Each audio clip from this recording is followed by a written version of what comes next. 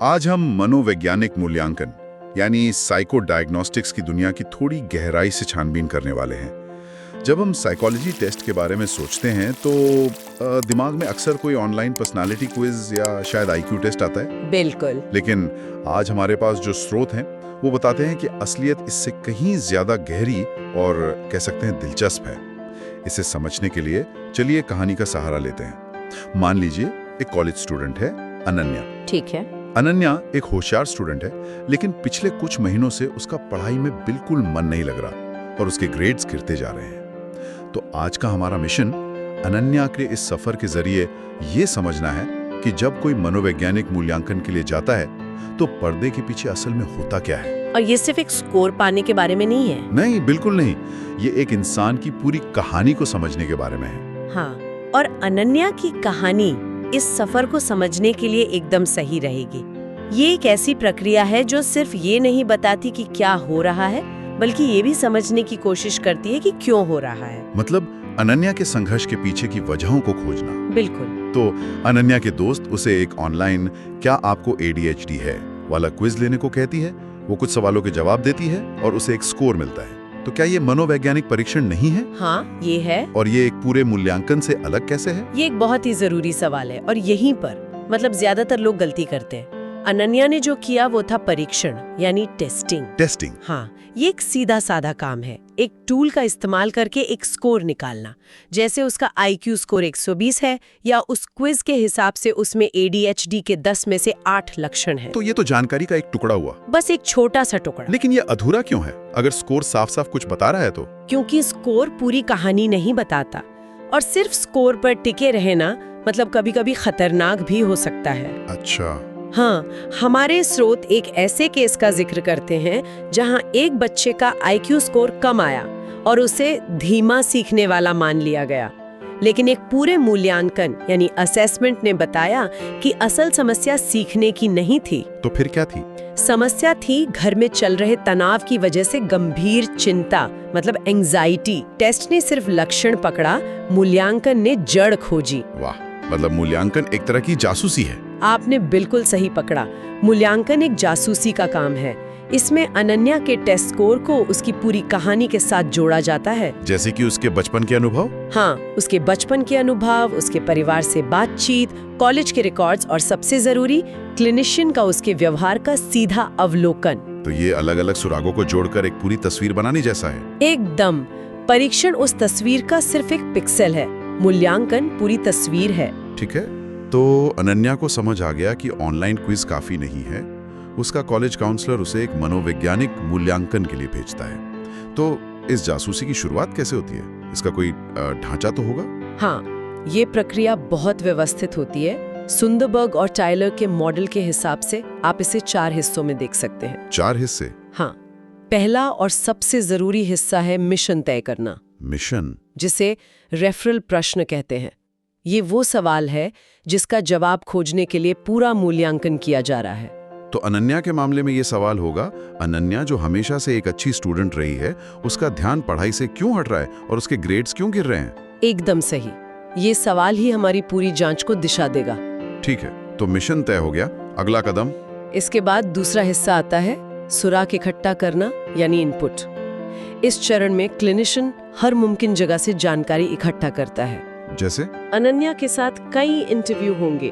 उसे वेक्सलर intelligence scale जैसे मानकीकृत टेस्ट दिए जाएंगे, जिनकी विश्वसनीयता स्रोत बताते हैं 0.93 से 0.97 तक होती है, जो बहुत ऊंची है। बहुत ज्यादा। और क्या सिर्फ टेस्ट और इंटरव्यू ही होते हैं या कुछ और भी? नहीं, इसके अलावा क्लिनिशियन अनन्या के पुराने स्कूल रिकॉर्ड्स देखेगा।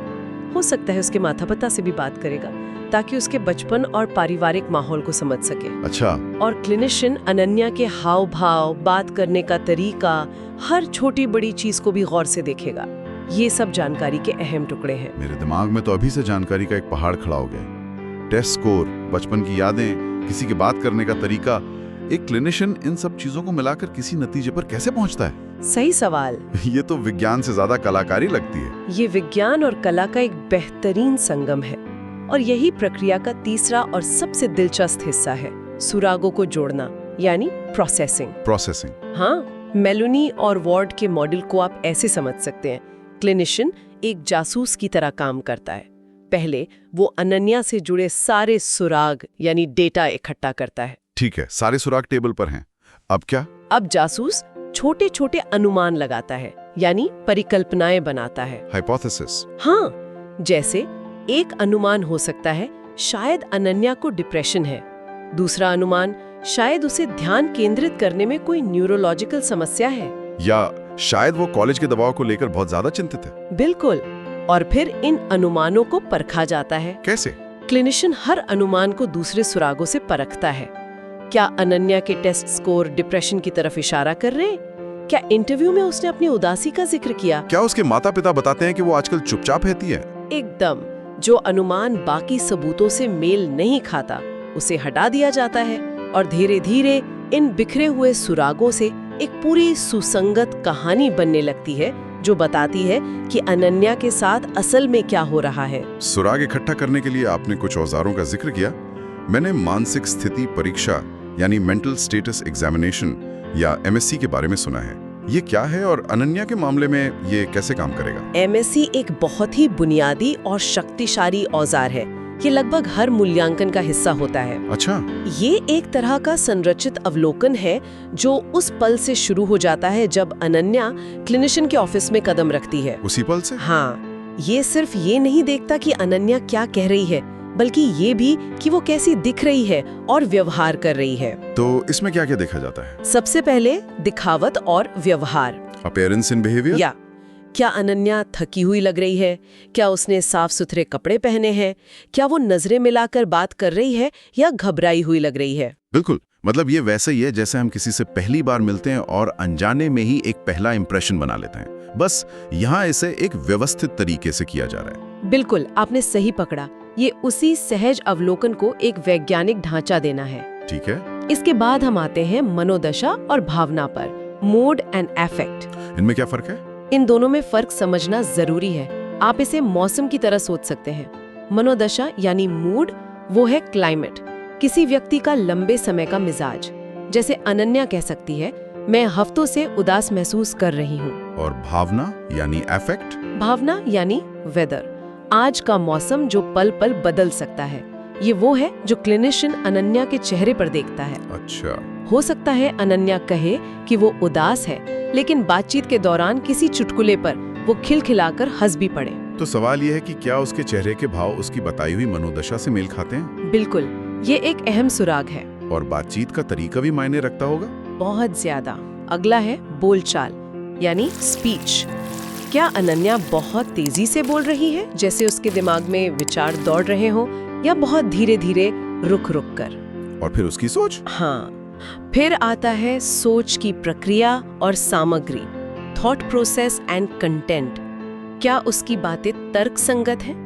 क्या उससे कोई ऐसे आत्मघाती या हिंसक विचार आ रहे हैं जिनके बारे में तुरंत ध्यान देने की जरूरत है? और अंत में दिमागी कामकाज का आकलन। हाँ, आखिर में आता है संज्ञान यानी कॉग्निशन, सोचने, समझने और याद रखने की दिमागी ताकत। इसमें क्लिनिशियन जांचता है कि क्या अनन्या को समय, स्थान और व्यक्ति के बारे में पता है, उसकी याददाश्त और एकाग्रता कैसी है। इसकी जांच कैसे होती है? स्रोत में इसके कुछ दिलचस्प उदाहरण दिए गए हैं, जैसे अनन्या से वर्ल्ड शब्द को उल्टा बोलने के लिए कहना। DLROW, ये तो एकाग्रता की अच्छी परीक्षा है। बिल्कुल। या फिर उससे अब पछताए होत क्या जब चिड़िया चुग गए खेत जैसी कहावत का मतलब समझाने के लिए कहना। अच्छा, इससे क्या पता चलता है? ये सुनने में आसान लगता है, पर स्रोत बताते हैं कि कुछ मानसिक स्थितियों में व्यक्ति सिर्फ शाब्दिक अर्थ ही समझ पाता है। जैसे एक चिड़िया थी जो खेत का दाना खा गई। ओहो। इससे उसकी अमूर्ति यानी एब्स्ट्रैक्ट सोच को समझने में बड़ी मदद मिलती है। तो इस सारी जासूसी और जांच पड़ताल का नतीजा क्या निकलता है? अनन्या की मदद कैसे होती है? यह हमें प्रक्रिया के आखिरी हिस्से पर लाता है, रिपोर्ट और सिफारिशें। आउटपुट। हाँ। यह सब एक अंतिम साइकोडायग्नोस्टिक रिपोर्ट में समाप्त होता है। और ये कोई एक शब्द का लेबल नहीं है, यह एक विस्तृत दस्तावेज है जो अनन्या की कहानी बताता है। तो इस रिपोर्ट में क्या होगा? क्या इसमें लिखा होगा अनन्या को ADHD है? शायद नहीं।